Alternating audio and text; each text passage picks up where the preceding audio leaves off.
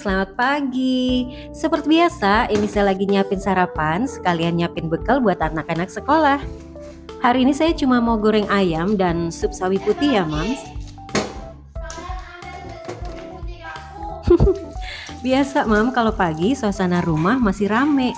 Karena kalau pagi orangnya masih lengkap, Mam, dan sibuk melengkapi keperluannya masing-masing. Gimana di rumah, Mam? Sama nggak?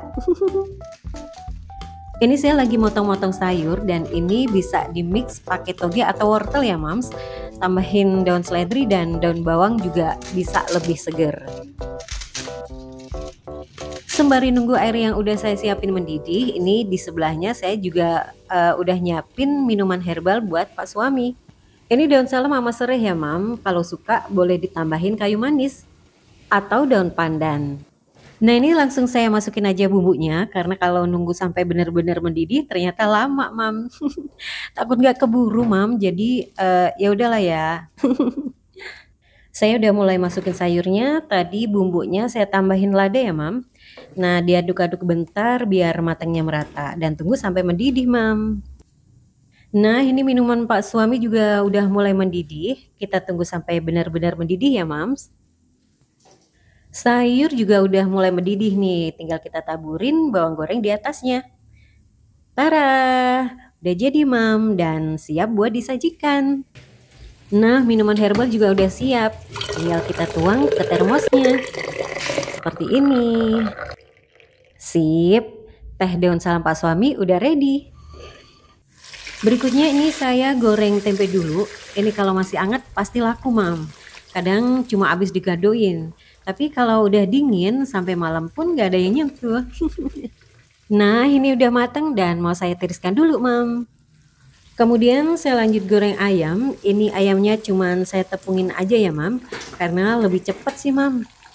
Beginilah kalau pagi ya, Mam. Pasti nyarinya yang cepet, simple. Nah, ini ayam juga udah mulai matang, Mam. Setelah ini saya mau beresin dapur bentar dan setelahnya saya mau siap-siap buat berangkat kerja. Tapi sebelumnya seperti biasa, saya akan coba berbagi pengalaman dari hal-hal positif yang harapan saya akan membawa dampak positif juga bagi Mam semua. Ini saya lagi bersihin kompor. Ini saya cuma ngelap-ngelap aja ya, Mams, biar nggak kelihatan kotor banget gitu loh, Mams. Kalau pas hari Minggu baru kita total nyucinya. Nah, udah selesai kan? Yuk ikutin sharingku, Mam. Hai Moms, tadi masak udah, beberes udah, jadi sekarang waktunya sharing.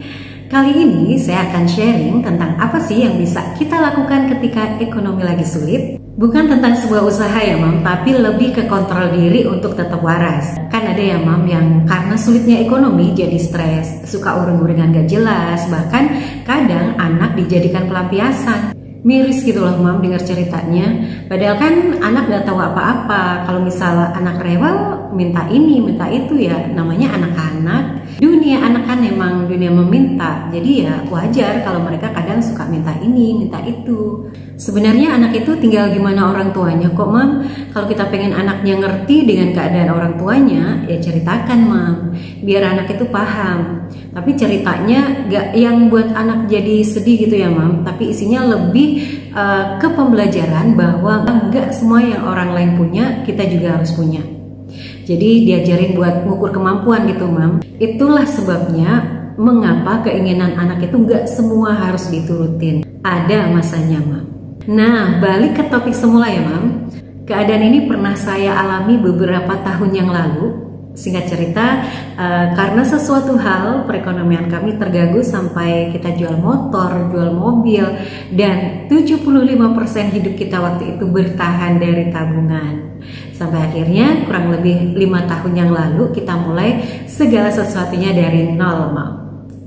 Tapi gak apa-apa, saya anggap itu adalah ujian dari Allah yang buat saya semakin kuat dan tegar hingga melewati semua dengan baik-baik aja. Tanpa stres, meskipun merasa ada sedikit tekanan, tapi semua masih terkontrol. Tidak bertingkah laku seperti orang yang putus asa dan tidak bertindak kasar. Bahkan orang-orang mengira bahwa kehidupan kami waktu itu selalu baik-baik aja. Nah, jadi apa sih yang bisa kita lakuin ketika sedang sulit ekonomi? Yang pertama adalah tenang. Apapun dan bagaimanapun keadaannya, usahain untuk tetap tenang, Mam. Kalau ada yang bilang mana bisa tenang, kebutuhan banyak, pengeluaran mau nggak mau terus berjalan. Kalau kita nggak gerak, dapat duit dari mana? Hey, tenang di sini bukan tenang yang nggak ngelakuin apapun atau masa bodoh ya, Mam. Tapi tenang di sini tuh dalam artian mau menerima keadaan, menyadari apa yang sedang terjadi, sehingga kita nggak panikan gitu loh, Mam. Itu modal utama ya, agar kita tetap baik-baik aja, agar otak kita tetap waras dan nggak stres gitu, Mam. Misal, kita sehari cuma bisa ngeluarin 25.000 buat makan. Ya udah, itu yang harus kita olah sedemikian rupa agar cukup buat makan. Atur penyajiannya biar cukup, kita pilih menunya biar mereka tetap semangat untuk makan dan melayani keluarga agar tetap bahagia. Saya pernah membahas ini di video saya yang lain. Jadi ketika saya tahu bahwa menu yang saya sajikan kurang buat mereka semangat makan, maka saya akan menyuapi mereka dengan hati gembira. Dan saya pernah membaca suatu kalimat, Mam, bahwa hati yang gembira adalah obat. Sehingga mereka gak mempermasalahkan menu yang kita makan pada saat itu, karena semua terlupakan dengan ketulusan kasih sayang, Mam.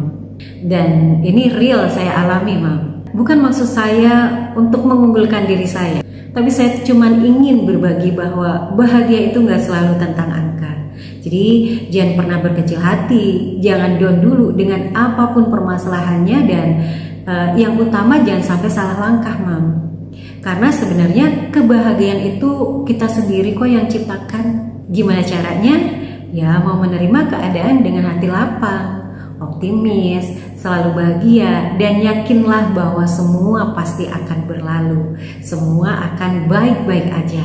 Kemudian yang kedua, kalau kita udah bisa tenang, maka selanjutnya pasti kita bisa bersabar. Bersabar dengan keadaan, bersabar dengan suatu peristiwa, bersabar dengan kesulitan, bersabar untuk gak gampang emosi. Banyak ya, Mam, karena suasana hati yang gak tenang buat orang gampang tersulut emosi. Kalau udah emosi runyam, sulit melihat hal baik dan gak bisa menerima masukan. Itulah sebabnya ada sebuah nasihat yang mengatakan bahwa jangan mengambil keputusan di saat kita sedang emosi. Jadi kalau kita lagi emosi lebih baik diam. Diam untuk beberapa waktu dulu untuk merilekskan pikiran kita yang lagi kacau, agar kita bisa mengontrol ucapan dan tindakan. Jika ada yang bilang sampai kapan harus bersabar, ya sampai waktu yang Allah tentukan. Jika ada yang ngomong sabar itu ada batasnya loh, bagi saya tidak selalu, karena semakin kita belajar untuk bersabar, maka semakin kuat diri kita untuk menopang. Menopang apa? Ya menopang segalanya, karena masalah itu nggak cuma 1-2, Mam. Masalah itu bisa datang kapan aja dan beragam. Kemudian yang ketiga, kalau udah mampu untuk bersabar, akhirnya kita bisa menerima bahwa ini memang jalan yang udah diberikan oleh Tuhan, oleh Allah gitu ya, Mam. Jadi ya pasrahkan semuanya ke Allah. Allah pasti tolong kok. Allah itu selalu membersamai kita. Gak mungkin Allah itu membiarkan kita begitu saja dengan masalah yang kita hadapi. Jadi Tuhan itu tahu bagaimana kita, sedihnya kita, dan apapun tentang kita, meskipun mungkin kita gak pernah curhat gitu, Mam. Sedikit cerita ya, Mam. Dari keadaan saya yang kurang baik waktu itu, saya pilih untuk lebih mendekatkan diri ke Allah. Saya bersujud, saya menangis, curhat habis-habisan ke Allah, dan saya bersimpuh memohon. Semua saya ungkapin, hal-hal yang menyesakkan dada, semua hal yang buat perasaan sedih, bahwa besok saya membutuhkan uang. Dan saya masih ingat dengan kata-kata saya waktu itu. Saya bilang ke Allah bahwa ya Allah, tolong bantu saya agar orang yang berhutang ke saya melunasi hutangnya ke saya. Dalam doa saya pasrah, Mam. Apapun yang Allah tentukan atau apapun yang Allah takdirkan di kehidupan saya, pasti itu yang terbaik. Saya minta ke Allah dengan lembut, dengan memelas, tanpa ada niat untuk mendikte atau menyuruh. Enggak, Mam, sedikit pun enggak. Cuman saya ingat bahwa dalam Quran Allah pernah berkata bahwa berdoalah maka akan aku kabulkan. Maka saya berdoa, Mam. Saya berdoa habis-habisan, Mam. Dan itu buat saya menangis.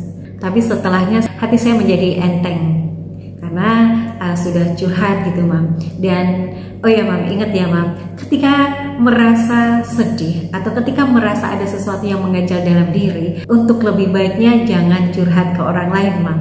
Saya pernah melakukan kesalahan. Ketika itu saya curhat ke orang lain yang saya anggap bahwa dia adalah orang baik, tapi ternyata dia mengecewakan. Bukan meringankan, tapi malah membuat berita yang nggak benar. Dan itu saya ingat-ingat sampai sekarang. Jadi sebagai pembelajaran, Mam, kalau ingin curhat sesuatu atau merasakan sesuatu yang nggak kita sukai, atau kalau merasakan sesuatu yang kurang mengenakan, lebih baik curhatnya ke pasangan, atau boleh curhat ke Tuhan ya, ke Allah. Seperti itu, Mam. Karena kalau curhat ke manusia pun kadang nggak membantu gitu loh.